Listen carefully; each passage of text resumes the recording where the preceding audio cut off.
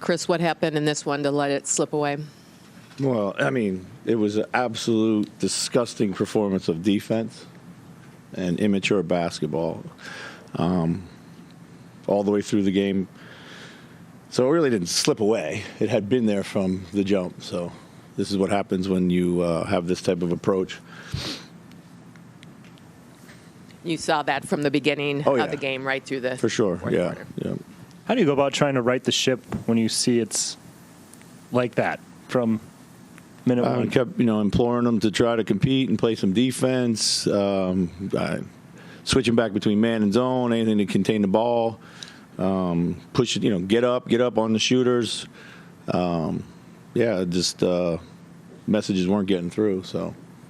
It seemed like all season when Carl or Ant start the first quarter off and just scoring a lot of points, and it's coming pretty easy. That leads to the team's worst basketball. Yeah. How do you address that? Because there are going to be quarters where it's good when they start out hot, but not have it lead to bad team basketball from there. I mean, listen, you're spot on. I mean, there's lots of times when just because you've scored 2 or 3 or 4 points in a row or baskets in a row, it doesn't, obviously we're going to try to feed a hot hand, look for a hot hand, but at some point we got to get back to making the right play. We got to get back to doing the right things. That's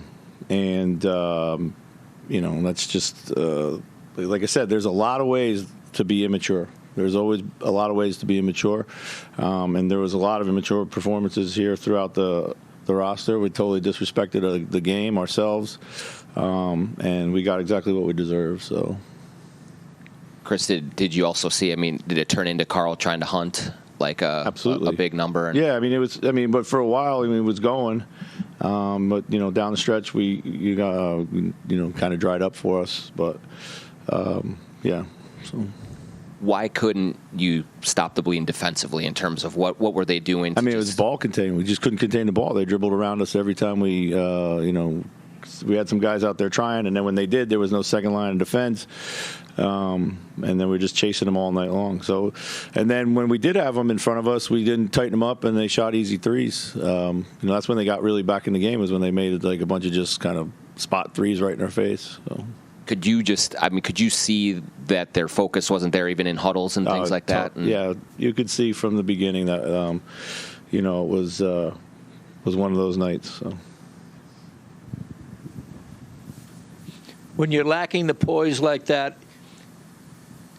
is there any way to try to fix that during the game, or is this something now where, like, tomorrow and the next day is where the hammer comes down, really? The hammer's... the hammer's been brought down. Just brought it down. But I don't know exactly what poise. To me, it wasn't about poise. It was about approach. So.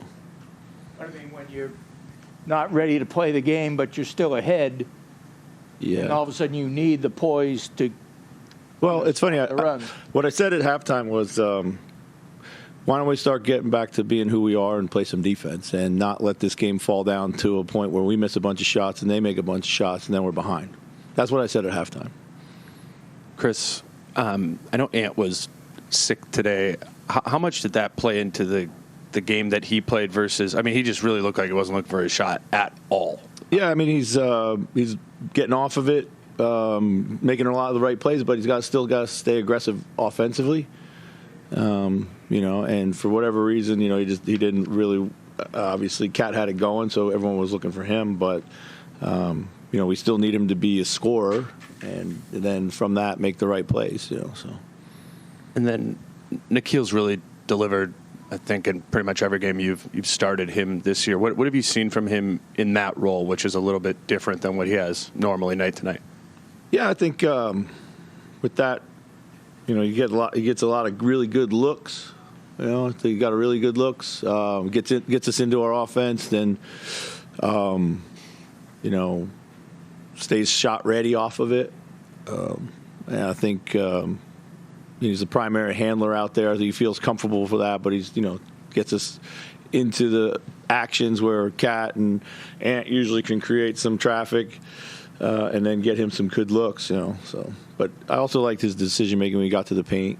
So, Coach, you've had a couple of disastrous fourth quarters. Yes. Are you shooting too many threes? I mean, you shot 39 and lost the other game in 40 tonight.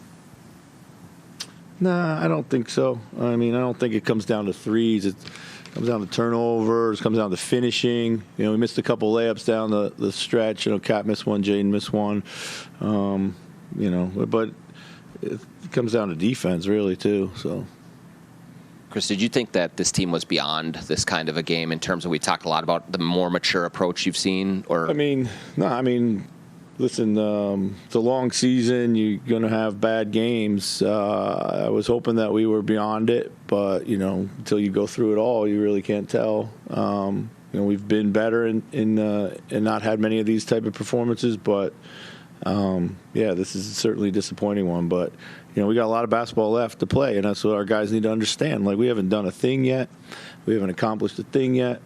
You know, and we got to play with a better desire and better purpose and a better readiness on every single night.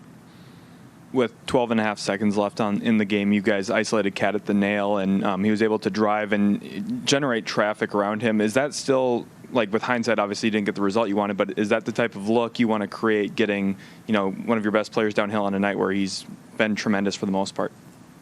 Yeah, absolutely. I mean, we figured there would be a crowd. If we iso him in the middle of the floor, they would bring help, you know, and it either has the shot or he makes the kick out. I haven't seen the play on replay. It looked like there was a lot of contact on it. But, you know, it didn't turn out. Who do you want to be like the stabilizer when Mike's not out there? Well, you know, it needs to be Cat, it needs to be Ant, it needs to be a bit of everybody, you know. Kyle, for sure. Those guys, everyone's got to play their part. But, you know, Kyle's been a good, steady influence, always has been. Last year we used him a lot in those situations. So, but, you know, it's also, you know, Cat, and it's upon those guys to be also stabilizing force, you know. So.